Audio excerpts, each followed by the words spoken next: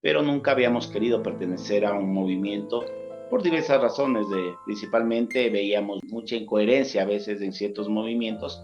Lo que buscas es el protagonismo, el poder. Pero éramos esos católicos light de misa de vez en cuando o de misa dominical y nada más, sin O compromiso. sea, nos llamaba la atención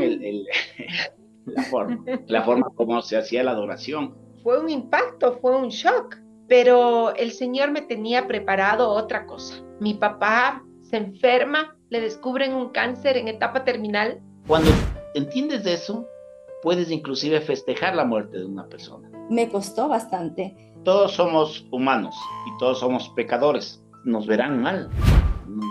Tan mal estaremos. Que es el maligno el que actúa, queriendo que ellos vivan en pecado. Todas las cosas estamos valorándonos en dólares y la familia no se puede valorar de esa forma. Nos llama y nos dice, ¿y yo puedo regresar a la casa con ustedes? El Señor te golpea la puerta siempre. Tú eres el encargado de abrirle o no. Wow, es hermoso. Realmente es muy hermoso.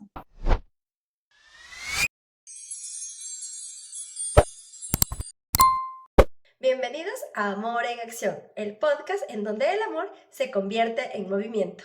Soy Grace Boada y hoy vamos a hablar de una pareja que es ejemplo de fe, amor y entrega total. Verónica y Javier no solo comparten una vida juntos, comparten una vocación al servicio. Son formadores de parejas que se preparan para el matrimonio. Y no solo eso, tienen familiares en vocaciones religiosas y nos van a compartir su experiencia y sus vivencias. Prepárate para una conversación que deja huella a través de la alegría, la fe y el compromiso. Verónica y Javier, muchas gracias por aceptar mi invitación. Gracias, Grace, la invitación, que el Señor guíe nuestra conversación. Nosotros somos Javier y Verónica, tenemos poquito más de 30 años de casados, sacramentados con el favor del Señor. Hemos formado una familia de 2 hijitas, las 2 profesionales. Tiene 29 años mi hija mayor, Ariana, es psicóloga clínica, y mi segunda hija tiene 22 años y este jueves será justamente su grado de odontología. ¡Ay, qué A lindo! nivel laboral, nosotros, a Dios gracias, el Señor ha permitido que tengamos una cierta libertad. Somos empresarios, eso hace que pues tengamos una libertad, sobre todo de horarios, aunque no de responsabilidades que son mayores cuando haces emprendimientos. Pero ha sido una vida matrimonial preciosa, con sus altos y sus bajos, pero siempre ha sido el buscarle al Señor. Nosotros pertenecemos a un movimiento que se llama Equipo de Nuestra Señora, ya 12 años prácticamente, lo cual nos ha ayudado a ver de otra forma la vida matrimonial. Esto nos ha permitido tener una visión diferente de lo que es de la vida matrimonial, la vida familiar, estar con el Señor adentro, aunque estábamos siempre cerca de la iglesia, pero nunca habíamos querido pertenecer a un movimiento por diversas razones. Principalmente veíamos mucha incoherencia a veces en ciertos movimientos en donde lo que buscas es el protagonismo, el poder, el ser la figura central del movimiento. Entonces nosotros nos habíamos alejado de los movimientos y teníamos siempre acercamiento con sacerdotes principalmente. Un tiempo hicimos un apostolado que fue precioso, que era recibir en nuestra casa a veces a los novicios que hacían en sus tiempos de descanso, de vacaciones, venían acá a la casa un poco a salir del ambiente de los seminarios. Eso fue bonito porque nos permitió conocer a muchos sacerdotes, ahora sacerdotes, jóvenes que inclusive algunos no terminaron el proceso de formación sacerdotal, pero que llegaron mucho a nuestro corazón, a nuestro ser. Eso un poco dentro de la vida de iglesia. Bueno, actualmente estamos trabajando también con la Arquidiócesis de Quito en la preparación de la unificación de prematrimoniales en la Arquidiócesis de Quito con un nuevo esquema de formación para las parejas que se preparan al sacramento del matrimonio. ¡Wow, qué lindo! Cuénteme un poco cómo empezó su vida con el Señor. O sea, porque me decían que no hace mucho ustedes empezaron en los equipos de Nuestra Señora, pero ustedes ya tienen 30 años de casados. Entonces, y también me decían que son empresarios que al principio veían las cosas de otra manera. ¿Qué cambia en ustedes? ¿Cómo llegan a los pasos del Señor? Una cosa particular, bueno, somos de familias católicas, nos hemos educado en colegios católicos, pero éramos esos católicos light de misa de vez en cuando o de misa dominical y nada más, sin compromiso. Nuestra hija mayor comienza a prepararse para hacer la primera comunión y ella es la que nos acerca más a la iglesia. A través de ella había que ir ya a participar en las actividades con los catequistas y comenzamos a involucrarnos más. Los caminos del Señor son maravillosos, ¿no? Un día en una escuela para padres en el colegio, llegamos, nosotros siempre nos dividíamos y alternábamos. Un año Javier de la una niña y yo porque estaba en la secundaria y yo de la otra niña porque estaba en la primaria y al año entrante cambiábamos. Entonces Javi le toca recibir la libreta de calificaciones y siempre daban una charla antes para todos los papitos como un estilo escuela para padres. Le dio un profesional, recibió la libreta y ya bueno, pasó. Al día siguiente me tocaba a mi hija de la primaria y hacemos entre reunión anterior, nos reunimos con las mamitas y estábamos conversando y llegamos un poquito atrasados porque el Lara siempre es grande, ¿no? Entramos un poquito atrasados y no le habíamos escuchado quién era la persona que nos iba a dar la charla. Fue una charla maravillosa, maravillosa, y al final de su intervención dice, bueno, y soy el padre Charlie García y me encuentran en la Ofelia y cualquier cosa estoy para servirles. Nosotros, wow. Yo llego acá y le digo, papi, ¿no te dio ayer un padre Charlie García? Dice, no, me dio un doctor, alguna cosa. Ujú. Ay, no, sabes que estuvo maravilloso, que no sé qué. Dice que es en una iglesita en Lofelia. Fuimos el domingo a tratar de encontrar la iglesia. Buscábamos y no encontramos. Y bueno, ya de esas cosas que uno pierde un poco el interés. Un domingo, pasado unas semanas, unos meses quizás, nos vamos a tomar unos helados. Y de regreso escuchamos unas campanas y mucho movimiento vehicular. Y le preguntamos al señor que cuida los carros, a Santiaguito, le digo, disculpe, ¿qué hay por aquí? Me dice, es la misa, comienza la misa. Oigamos de una vez aquí la misa, sí. Entramos a escuchar la misa y sale el padre Charlie. Le digo, mijo, él es el sacerdote del colegio. Le encontraron, casualidad. Encontramos, sí, de casualidad y fue chistosísimo porque él tenía su perrito, creo que se llamaba Guacho. Guacho, alguna cosa así. Y el primerito, ¿no? Y se paseaba por el altar y entraba por la puerta lateral y bueno, y asimismo otro alón de orejas, ¿no? El padre, igual que en el colegio. Y de ahí comenzamos a asistir a la iglesia donde ellos, que no es que nos queda muy lejos, no es nuestra parroquia, pero comenzamos a asistir también con el padre García, Gustavo García. Al poco tiempo el padre Charlie ya le dieron el pase, creo que fue a Guayaquil, y vino acá el padre Gustavo García, que también un sacerdote que debe estar muy cerca del Señor, y también nos sirvió de mucho sus homilías, él hacía unos encuentros de empresarios a los cuales nosotros apoyábamos y asistíamos también. Entonces fue una experiencia muy bonita con los dos sacerdotes y fuimos adentrándonos un poco en la parroquia y luego vino el padre Gerson Mora, que fue prácticamente el quien nos ayudó a que los dos entremos en un proceso de compromiso con el Señor, pero sobre todo de entender lo que el Señor quería de nosotros. Y padre Gerson, pues luego tuvo la compañía del padre John Albeiro Montoya, que hasta ahora sigue siendo nuestro amigo, muchas veces nuestro confidente. Con ellos pasamos experiencias muy bonitas, la reconstrucción de la parroquia, creando los Adorándotes, que eran unos encuentros que reuníamos a 8,000 personas en la Casa de la Cultura. Bueno, empezamos en la parroquia, luego fuimos al Don Bosco, luego fuimos a la Eufrasia y luego terminamos en la Casa de la Cultura con un proceso precioso de avivamiento católico. Y eso nos permitió también un poco adentrarnos más y más y más en la iglesia, digamos así, y ver las maravillas que el Señor obraba. Al principio nosotros no entendíamos mucho el tema, sobre todo de esa alabanza carismática.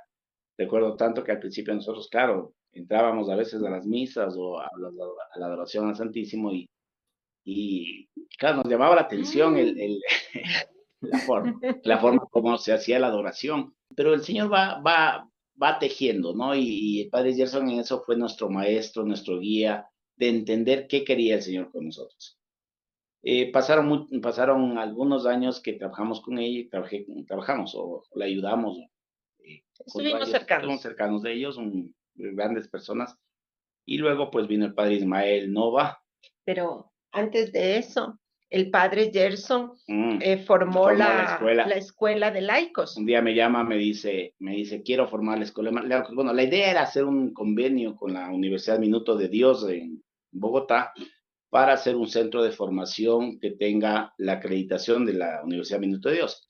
Entonces Ujú, empezamos la idea de hacer la escuela de formación, de laicos principalmente, porque el carisma de los budistas estaba enfocado a la formación principalmente de sacerdotes, ujú. pero la idea de Padre Yacón era hacer una escuela de formación de laicos. Entonces empezamos a desarrollar la malla curricular, empezamos a hacer toda la parte de la estructura de la escuela, y cuando ya sacamos a la apertura de inscripciones, Inscripciones. matrículas, la primera matriculada fue mi mujer, matriculé yo. Entonces lo único que hice, le dije, Vero, tienes clases y tienes que escuelita desde tal fecha y empiezas. ¿En qué empiezas? A estudiar teología para laicos. Y como Vero decía, nosotros venimos a Dios gracias, de hogares católicos. Inclusive yo tengo un tío propio, tío paterno que es sacerdote, una tía materna que es religiosa de la Providencia, y tengo primas y primos de mis papás que también son sacerdotes franciscanos, una prima que es franciscana que está ahora de rector en Pomaski. Siempre hemos Ah, tenido cercanía a la iglesia, pero no vivíamos lo que era la iglesia. ajá. Entonces, en este proceso fue dándose, y claro, lo que hacíamos es ser apoyo principalmente a los sacerdotes amigos. Como te decíamos, después empezamos ese lindo apostolado de los novicios, y ahí es donde empezamos acercamiento al Señor. Fue una cosa muy bonita. Uno de los novicios que era que es muy cercano a nosotros, ahora está allá en Colombia. Él le escuchábamos que acompañaba a un movimiento de matrimonios, o digamos, a un grupo de matrimonios. Se llamó, y él nos decía, me voy al grupo de matrimonios, me voy a los equipos de Nuestra Señora. Entonces, le escuchábamos. Cuando un día en el comedor de nuestra casa, nos dice, Javi Vero, quiero invitarles a esos encuentros con los matrimonios, de matrimonios. Nosotros, bueno, ¿no? O sea, vamos. Entonces, de la noche, la Vero me dice, mijo, tan mal nos verá el Alejo que nos está invitando a esto de los matrimonios. Le dije, "Bueno, sí, o sea, hay veces que nosotros creemos que estamos bien, pero la gente desde afuera nos ve diferente, ¿no? Nosotros pensábamos que era algún tipo de encuentro Juan 23, retro baile, o sea, de Ajá. conversión. Entonces dijimos, bueno, vamos. Para no alargarte el cuento, fue una experiencia preciosa, y ahí el Señor marcó una etapa de nuestra vida que fue fundamental. Cuando llegamos, primero nos encontramos con personas, no es que somos unos Una juventud. unos jovencitos, pero hace 12 años éramos realmente más jóvenes, ¿no? Con nuestros hermanos de equipo, con los que compartimos 8 años, bastante mayores a nosotros. De hecho, uno de ellos era un año menor que mis papás y tenían su hijo mayor de nuestra edad. Entonces, fue un impacto, fue un shock el encontrarnos y decíamos, ¿y aquí qué hacemos nosotros? Porque no nos sentíamos como que estábamos compartiendo las mismas cosas, ¿no?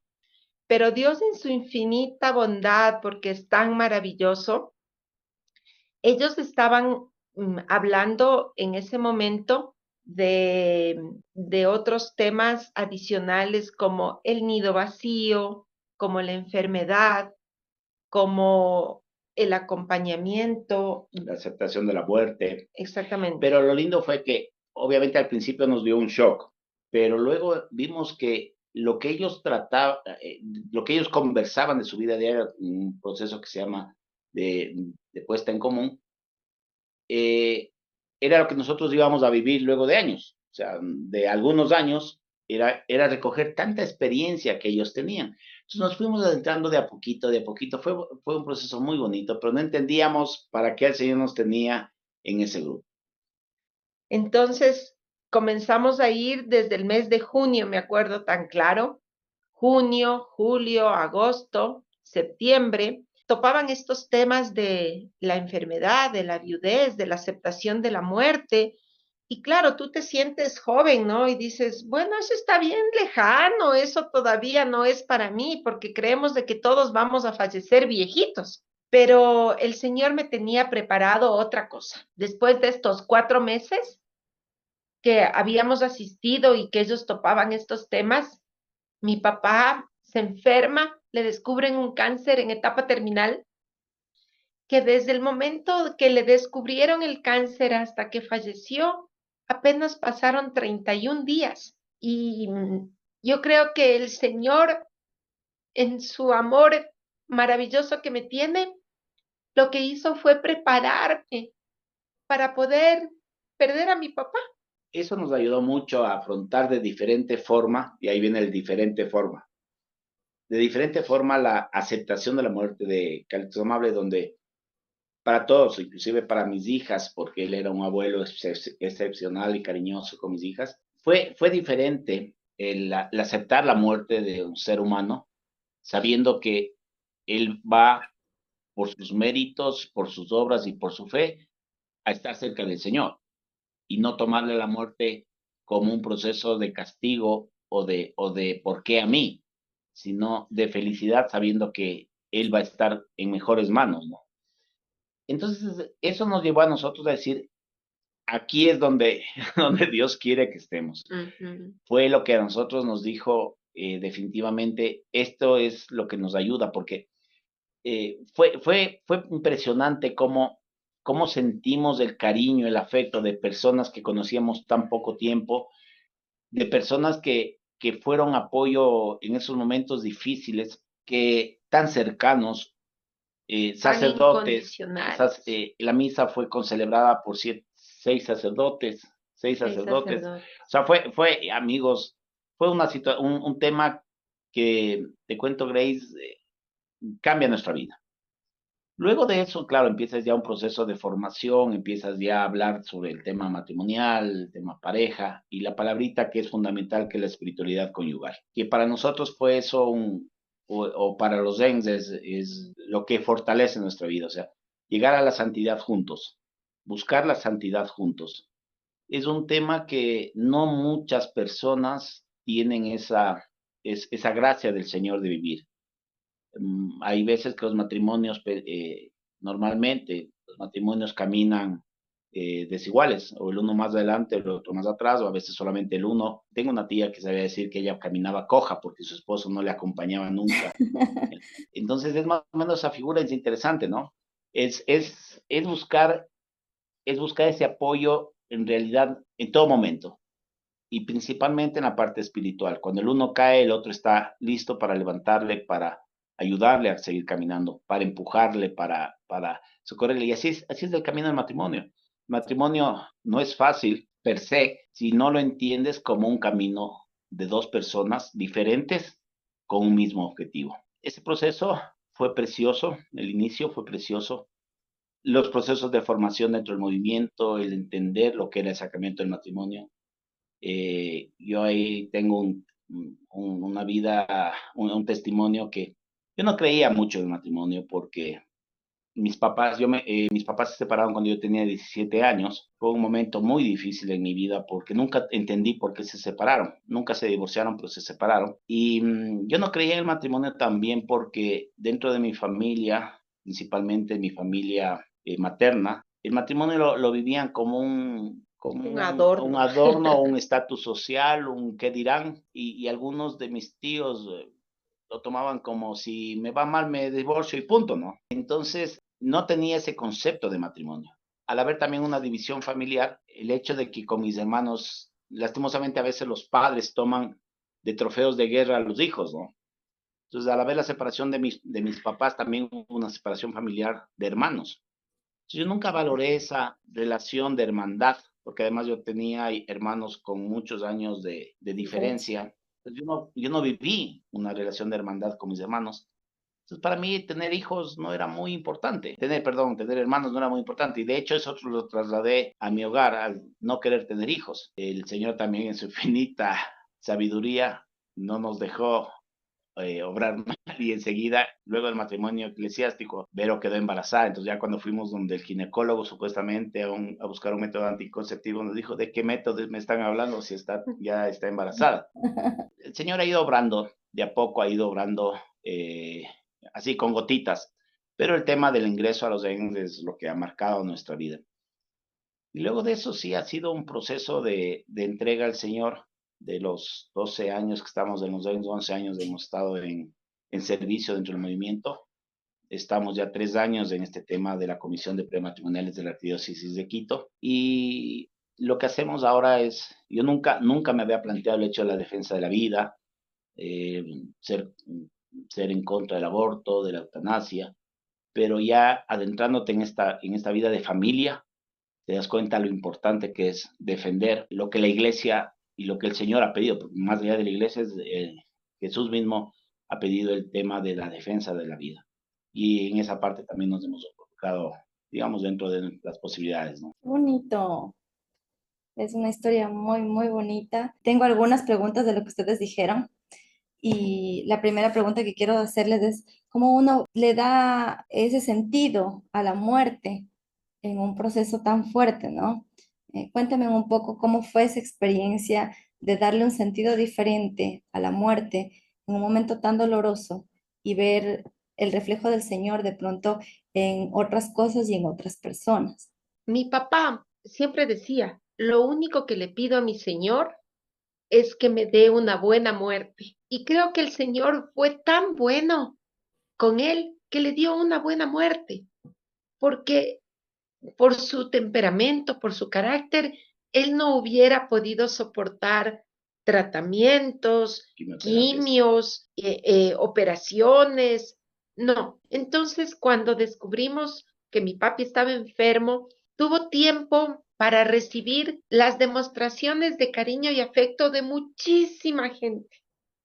Muchísimas personas se acercaron a darle esa despedida, a presentarle en muchísimos casos su agradecimiento por haber sido parte de la historia de su vida, por todo lo que él había hecho, por su comunidad, por su pueblo, por la amistad que había entablado con las personas. Y eso es una demostración de que el Señor estuvo con él hasta el final, porque ahí fue donde él le pudo demostrar cuánto le amaba. Y una cosa fundamental fue que en estos encuentros con los matrimonios, teníamos una pareja que había perdido a su hija cuando ella tenía 12 años, 10 años, 10 años. Wow.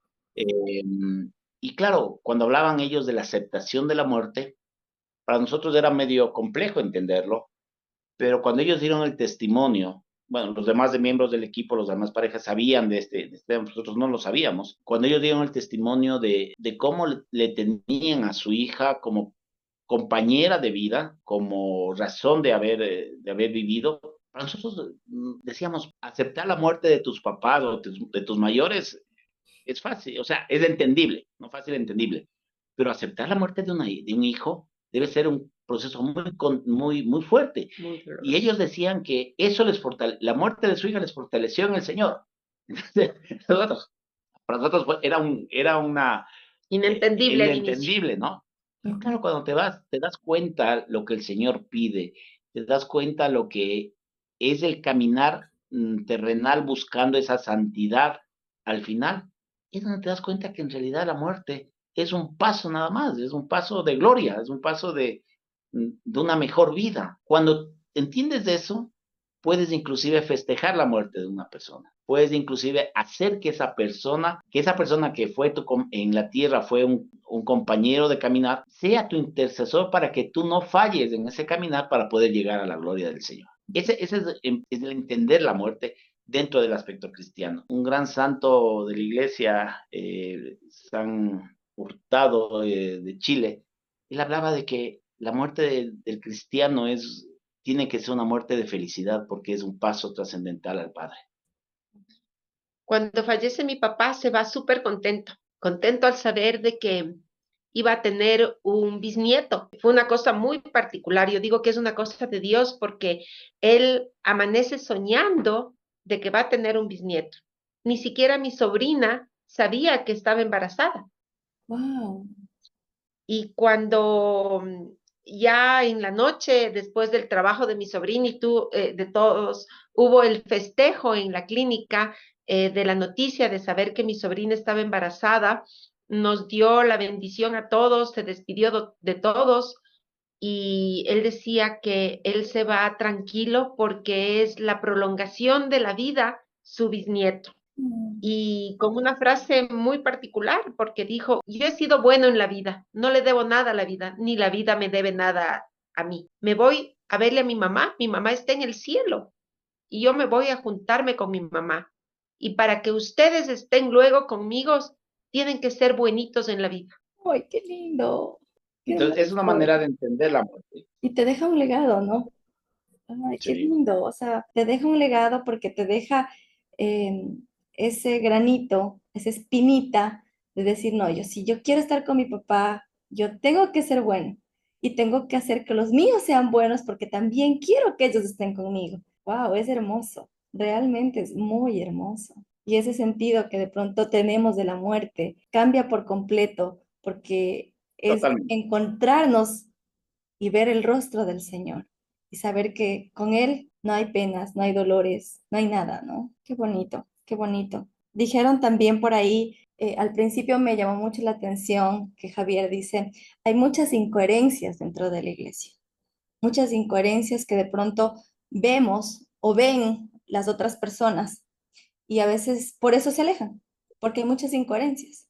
¿Qué les podemos decir a esas parejas que de pronto uno mismo a veces no es coherente, uno mismo a veces no refleja lo que el Señor quiere demostrar con nuestra vida?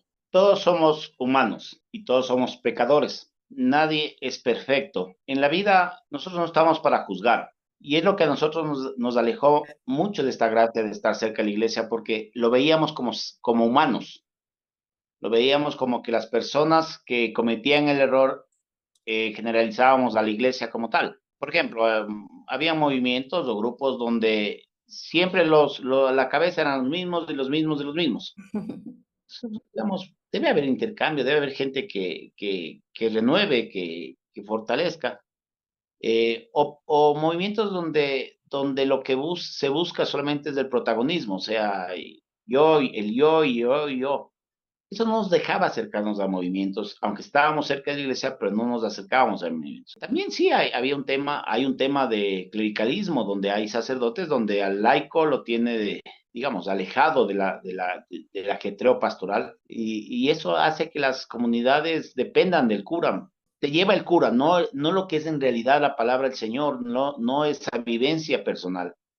La fe es un regalo de Dios que también la tienes que ir buscando. El Señor nos da la fe, pero está en ti el no apagar esa llama de fe, Acrecentarla. acrecentar esa fe. Entonces, el problema es cambiar esa mentalidad. Mira, nosotros nos hemos encontrado con padres de familia, y nosotros damos a veces charlas a padres de familia de colegios, de catequesis, y es impresionante cómo la gran mayoría de padres de familia no tiene esa conciencia clara de lo que es la formación de sus hijos.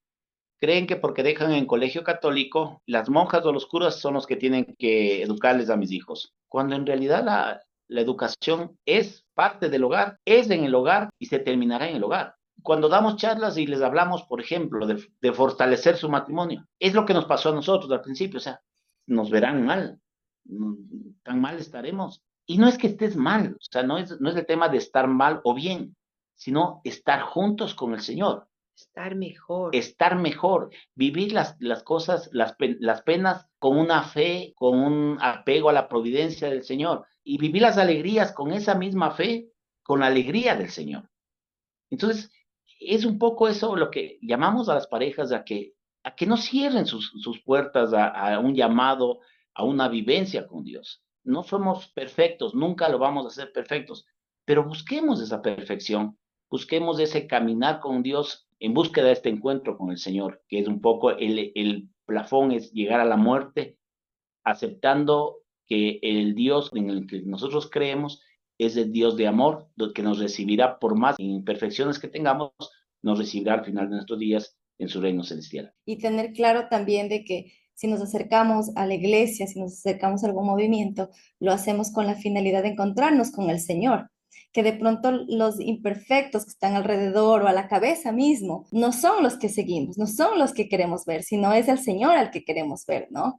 Y de pronto dejar al lado la incoherencia que de pronto vivimos como personas humanas que cometemos errores y más bien enfocarnos en el perfecto, en Dios.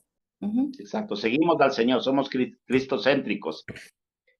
Yo te quiero contar una experiencia Por de favor. que nosotros tuvimos en San Juan Eudes. No sé, tú eres parroquiana de San Juan Eudes Era. o asistías mucho a San Juan Sí, Eudes sí. y no sé si tú conocías del Rinconcito de Jesús.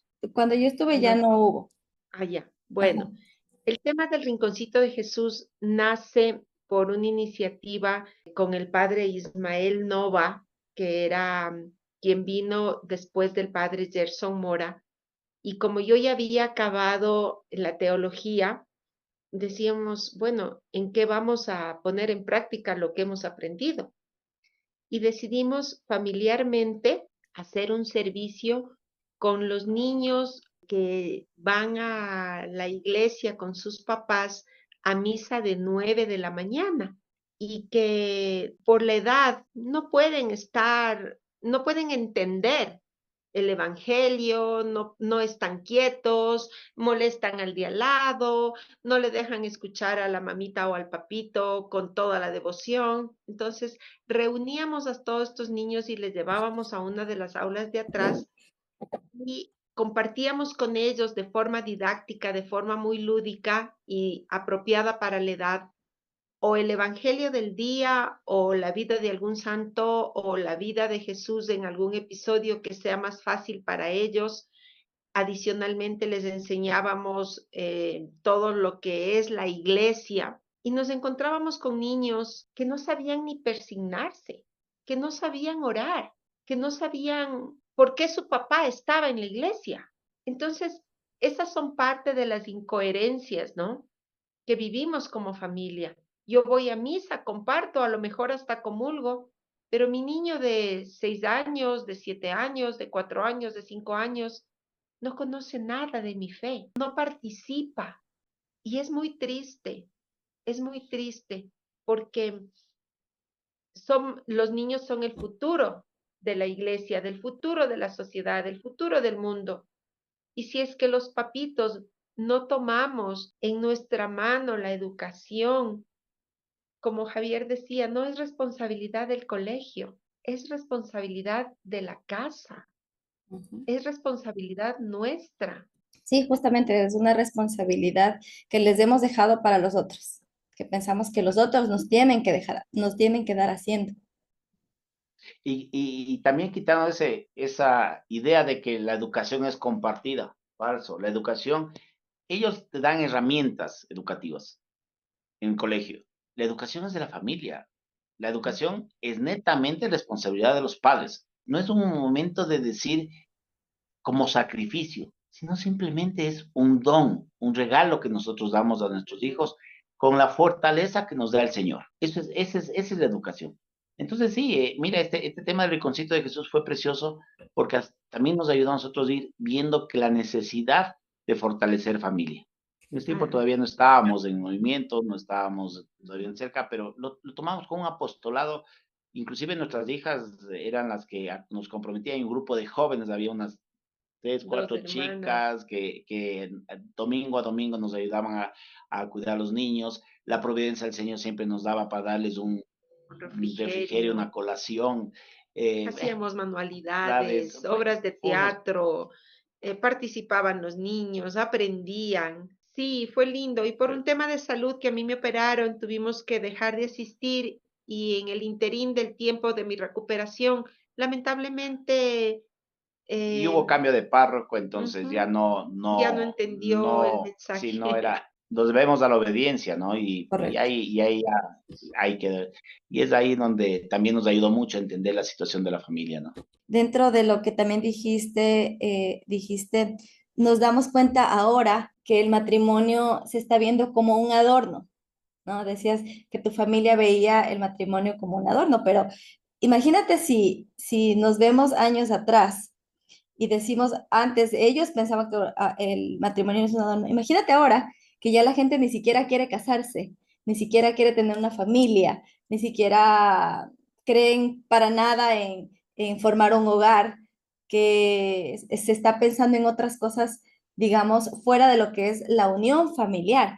Y si nos ponemos a pensar, lo principal de una sociedad es la familia, es donde se educan los hijos, en donde se da valores, en donde todo lo que ustedes ya han dicho, pero si no hay ese núcleo principal, ¿qué es lo que va a pasar con nosotros como sociedad, no? Mira, realmente somos los mismos padres y los mismos matrimonios los que hemos a lo largo del tiempo desvalorizado este hermoso sacramento que es el matrimonio. Nos hemos permitido siempre atacarle y siempre decir, ay, no, qué duro que es, qué sacrificado que es, ay, no, cuando no tiene que ser así. Nosotros tenemos que fijarnos en todo lo maravilloso que es el matrimonio, en todo lo lindo que vivimos con nuestra pareja. El don más grande que Dios nos puede haber dado es el regalo de los hijos. Pero si es que los hijos ahora no se quieren casar, es responsabilidad nuestra, porque somos nosotros los que hemos desvalorizado y hemos permitido, porque no hemos educado a nuestros hijos indicándoles y diciéndoles de que el Señor no quiere que el concubinato, no quiere la unión libre, porque eso es vivir en pecado, que a los ojos de Dios eso no le agrada, que es el maligno el que actúa queriendo que ellos vivan en pecado. Y una sociedad, como decía el Papa Francisco, una sociedad del descarte, ¿no? Ah, no me sirve, voto, Ujú. busco nuevo. Una sociedad en donde el compromiso ya no existe. Una sociedad donde tienes, entre comillas, un miedo al compromiso, pero en realidad es un egoísmo de vida, en donde prefieres tener perritos a tener hijos, en donde quieres tener una relación que mientras no te cueste es una buena relación, te cuesta algo, ya no te interesa esa relación. Una sociedad donde nos hemos convertido, hoy día estaba leyendo el tema de una feria de empleos que se está dando, donde van chicos con 2, 3 maestrías a buscar trabajo. Una sociedad que se ha convertido en una titulitis. Mientras más títulos tengo, soy más, pero en realidad no vives una vida. Una sociedad en donde los valores morales ya no existen prácticamente y el vivir en concubinato es algo normal. Es más, muchos padres más bien propenden a, ándate a vivir, mijita, unos 3 añitos juntos para ver qué pasa. Por eso también nuestra pelea ahora en los prematrimoniales debe ser procesos de formación con mucha conciencia, con muchos, hacerles ver a las parejas que hay cómo hacer un matrimonio feliz, hay cómo vivir una vida sacramental feliz, pero también hay que saber a qué nos metemos y a qué nos comprometemos principalmente. La sexualización es un gran problema, porque ahora todo pasa por esto. Ya no es el compromiso del amor, sino es el cómo me va sexualmente. Y ahora dice, bueno, veamos cómo me va en la parte sexual y después veo si es que me caso, por ejemplo. Y también la monetarización, ¿no? Uy, es que tengo que alcanzar primero el auto, la casa, pagar mi maestría, todas las cosas estamos valorándonos en dólares y la familia no se puede valorar de esa forma. La familia se tiene que valorar en cuanto al amor que nos tenemos, en cuanto a la comprensión que nos damos, en cuanto a la compañía que nos hacemos, porque estas parejas seguramente sin ningún compromiso no van a pasar una viudez, no van a pasar una enfermedad, no van a acompañar en los tiempos en los que ya no somos bonitos, estamos delgados, estamos de buen cuerpo, o en los tiempos en los que ya no tenemos trabajo porque nos desecharon de los trabajos, porque ya viene empujando jóvenes que tienen 2, 3 títulos, entonces no se van a acompañar. porque no existe el compromiso, sino es la sociedad y el matrimonio de descarte, en donde ya no priorizamos el amor y la bendición de Dios. Totalmente. Nos hemos hecho muy desechables. Todo es muy desechable ahora. La base principal de la sociedad es la familia. Y destruimos la familia, nos estamos destruyendo nosotros mismos. Eso es lo que estamos haciendo, destruyéndonos como sociedad. Otra cosa que hablaron y que me pareció también muy interesante, decían que las primeras charlas dentro de la comunidad que ustedes asistían era el nido vacío. A ustedes todavía no les ha tocado, pero ¿cómo Eh, afrontar ese nido vacío? ¿O ya les tocó? A ver, pa- Partamos de nuestra realidad. ¿Ya? Nosotros un día dejamos nuestro hogar. Un día dejamos nuestro hogar y un día nos alejamos físicamente de nuestro hogar. El problema es cuando tú te aferras a las cosas y crees que los hijos te pertenecen a ti. Entender eso es, o sea, hablarlo es fácil, aceptarlo es lo difícil. Pero mira, el Señor nos pide eso, que nosotros seamos co-creadores. Esa co-creación es el proceso de enseñanza, de aprendizaje, de transmitir de los legados que vamos dejando, pero ellos tienen que caminar un día solos. Así es la vida, así es como el Señor ha diseñado su plan perfecto. Entonces, un poco entender esa necesidad de dejar ir a los hijos y llegar a un tema de nido vacío, mira que es bonito, porque vuelves a ser los dos. ujú. Vuelves a estar solo los dos. Te comentamos, nosotros por un tema de trabajo de mi hija, hace 3 años ella tuvo que dejar nuestra casa durante 3 años. Estuvo viviendo en Guayaquil y en Manta. Y claro, o sea, experimentamos ya un poco esa parte del nido vacío. Ahora lo vamos a volver a experimentar cuando mi hija Doménica vaya a la rural y fue una cosa súper particular porque si bien es cierto, sabíamos que era por un tema de trabajo, no se fue porque fue a formar su hogar, su matrimonio, sino por un tema de trabajo. Cuando ya estaba pronta a regresar un día, Nos llamó. nos llama y nos dice, ¿y yo puedo regresar a la casa con ustedes? Por supuesto, esta es tu casa. Y saldrás aquí cuando tú desees casarte e irte, ahora está pensando volver a salir porque quiere ir a estudiar fuera una maestría, pero como que ya nos fue preparando, ¿no? Y ahora con Dome, que está muy cercana a ir a su rural. Pero mira, esas son las gracias lo que el Señor quiere del matrimonio. Es que los hijos se van a ir algún día. ¿Con quién te quedas? Nuevamente los dos solos. Ujú. Entonces, no solos en esa soledad, sino en ese amor que has formado durante todos los años. Y eso te va a fortalecer y eso te va a hacer vivir una experiencia diferente, porque el rato que ellos se vayan, probablemente las prioridades van a cambiar y probablemente también tendrás experiencias mucho más bonitas. O sea, el nido vacío es un tema que muchas personas por esa aferrarse a los hijos empiezan a tener problemas incluso de pareja, ¿no? Incluso de Ujú. pareja, porque eso te puede llevar a muchas complicaciones. Yo O creo se que involucran mucho en la vida de los de los hijos hijos, y no les dejan las desarrollar. suegras, entonces en eso tenemos que hacer un proceso también de concientización, formación espiritual para entender esa necesidad que Dios nos ha puesto como padres, con la gracia de ser padres, también de ser educadores, pero tampoco ser dueños de nuestros hijos. Aunque suena, como decía Javier al principio, suena fácil, ¿no? Pero es muy complejo. Yo justamente le contaba a Javier antes de empezar la grabación que nosotros estábamos viviendo un tiempo en Ibarra, un tiempo en Guayaquil y ahora otra vez regresamos a Quito. Pero cuando estuvimos en Guayaquil, mi hijo mayor, que tiene ahorita 20 años, se quedó a vivir en Quito con mi mamá. Y para mí, la verdad es que fue un proceso bastante fuerte. Fue una etapa de la vida en la que me costó bastante, a pesar de ya estar en los procesos, en este proceso, en el camino del Señor, a pesar de ya tener conocimiento, ¿no? Pero sin embargo, no deja de ser un proceso fuerte. creo yo, o no sé si me equivoque, pero de pronto para una madre es como más complicado y más difícil aceptar la situación.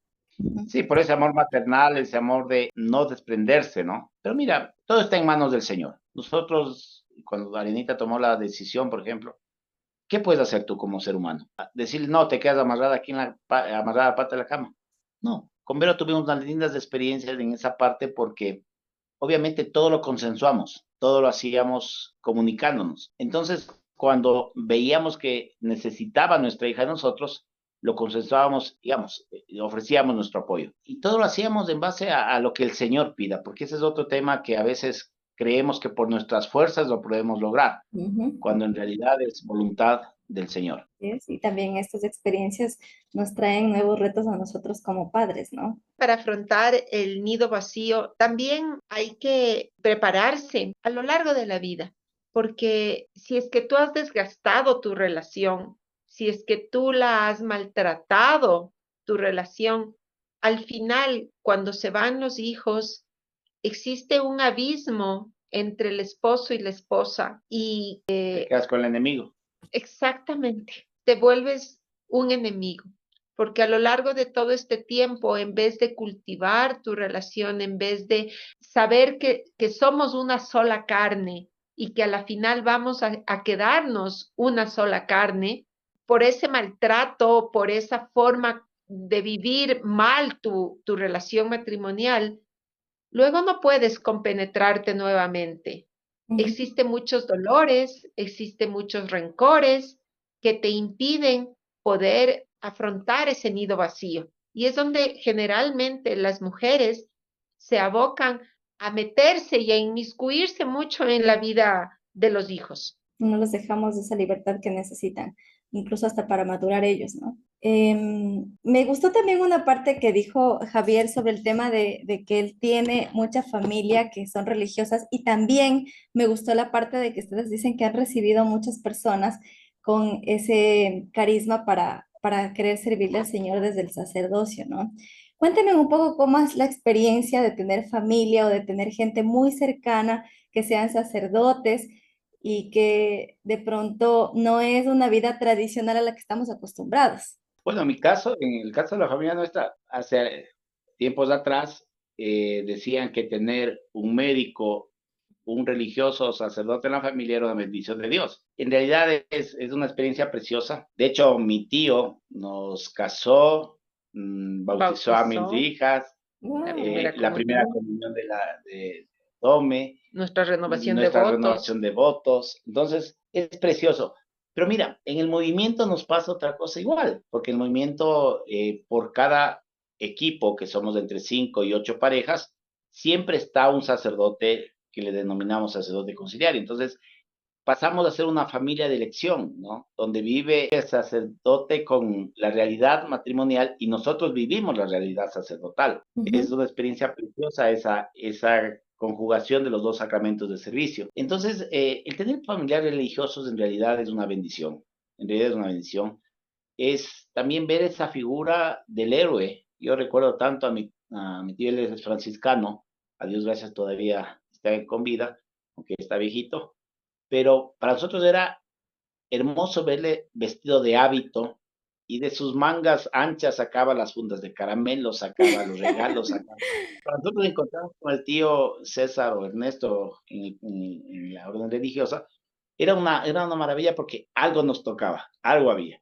Igual con mi tía Eulalia, que es la Religiosa. religiosa, el escuchar sus experiencias, el vivir su apostolado, sobre todo ella trabajó mucho con tema indígena y afroecuatoriano. Entonces, incluso mi hija Arianita ahora es fan de su tía Lala porque los libros que ella ha escrito, las investigaciones que ella ha hecho, le sirven de mucho a Lari para ir enfocando su servicio en su profesión.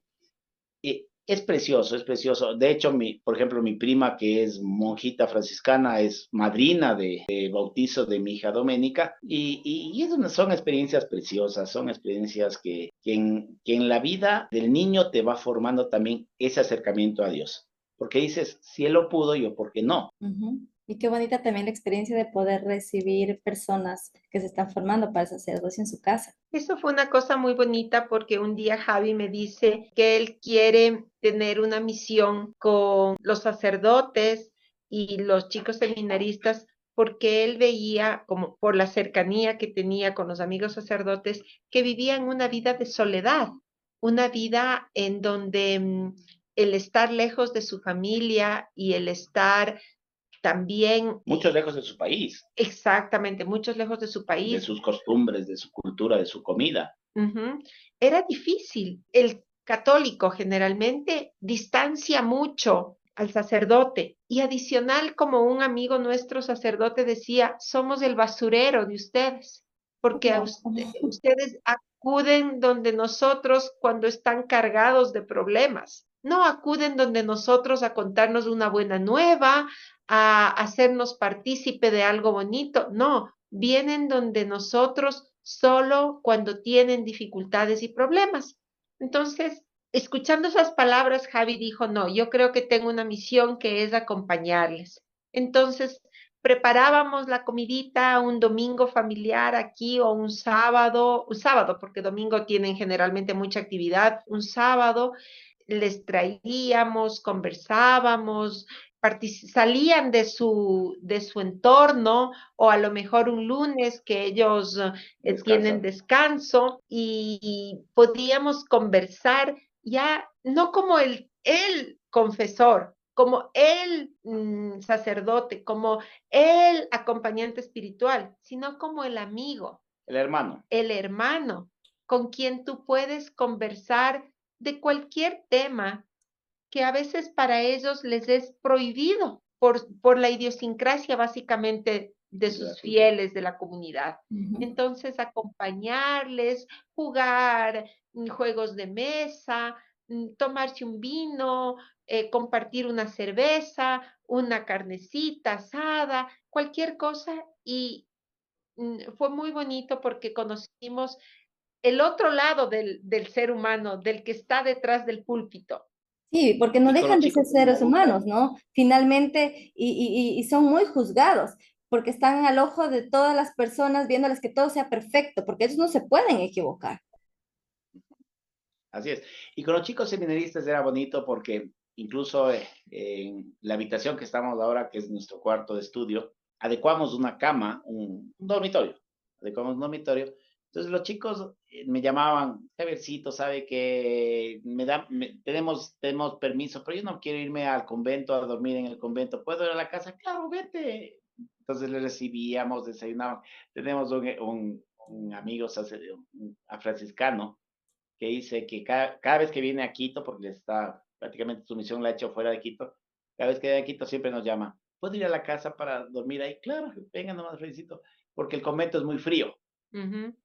Pero más allá de la frialdad, era también un poco la imagen de familiaridad. O sea, tener papá, mamá, tener hermanos, tener esa vida de familia, salir de esa rutina del seminario y llegar a una casa familiar donde era acogido como que fuese su casa. Qué Entonces, bonito. fue una experiencia muy bonita, que lo hicimos durante algunos años. Ujú. Qué hermoso, les felicito. Una muy bonita labor. La verdad es que no lo hubiese pensado de esa manera y me hacen también cuestionar algunas cosas que de pronto uno no reflexiona, ¿no? Dentro de todo lo que ustedes me han contado, quiero ya finalizar con esta última pregunta y es si es que el Señor les diera la oportunidad o la posibilidad de regresar el tiempo atrás, unos años antes, cuando recién se casaron, algo pequeño, corto que ustedes puedan dejar como enseñanza, ¿qué consejo le pueden dar a esa familia o a esa persona que están viviendo o que vive en situaciones o vivieron situaciones similares a las que ustedes vivieron? Creo que la principal es, el Señor te golpea la puerta siempre. Tú eres el encargado de abrirle o no esa puerta para que el Señor entre a tu hogar. Primero a tu persona y de paso a tu hogar. Decirles que el matrimonio es precioso, el vivir día a día, un amor esponsal es maravilloso. Decirles que la familia es el núcleo principal de nuestra vida y la herencia que tú dejes material no tiene nada que ver con el legado espiritual que puedes dejar a tus generaciones. Entonces, hay que comprometernos, hay que saber luchar, pero con las fuerzas que el Señor nos brinda es más fácil. Y a las parejas que no guarden rencor, que aprendan a perdonar, porque nosotros pedimos siempre perdón y esperamos que Dios nos perdone, pero no siempre queremos perdonar y no siempre queremos olvidar y dejar de lado el rencor. Cuando acompañamos a matrimonios o a parejas que están en dificultades, en conflictos, generalmente la falta de perdón es la que ha marcado la rotura de su relación, el resquebrajamiento y inutilizan todos sus recursos porque están basados en lo que él me hizo, en lo que ella me dijo, en lo cómo se portó, y eso no sirve para nada. Eso hay que botar al tarro de la basura y construir día a día en base al amor y al perdón las relaciones. Yo les agradezco de todo corazón, Berito y Javier, por darse ese espacio de tiempo que yo siempre digo es lo más valioso que tiene una persona, su tiempo. Les agradezco por regalarme este tiempo y espero que el Señor les multiplique su tiempo, les multiplique esa bondad que ustedes tienen con nosotros de compartirnos su experiencia. Que Dios les bendiga en todos los proyectos que ustedes tengan, que bendiga su hogar y que bendiga a sus hijas. Dios les pague. Amén, Gracias, igual lo a mismo. ti, a tu trabajo y que esto pues inunde de mucho amor en tu vida matrimonial y en tu vida con tus hijos, que el Señor pues sea poniendo en tu camino todas las opciones que tu corazón anhela. Muchas gracias. Dios les pague. Ha sido un Con gusto gusto, un gusto. compartir, estamos siempre a la orden. Dios te bendiga mucho y bendiga a tu familia también. Gracias. Dios les pague.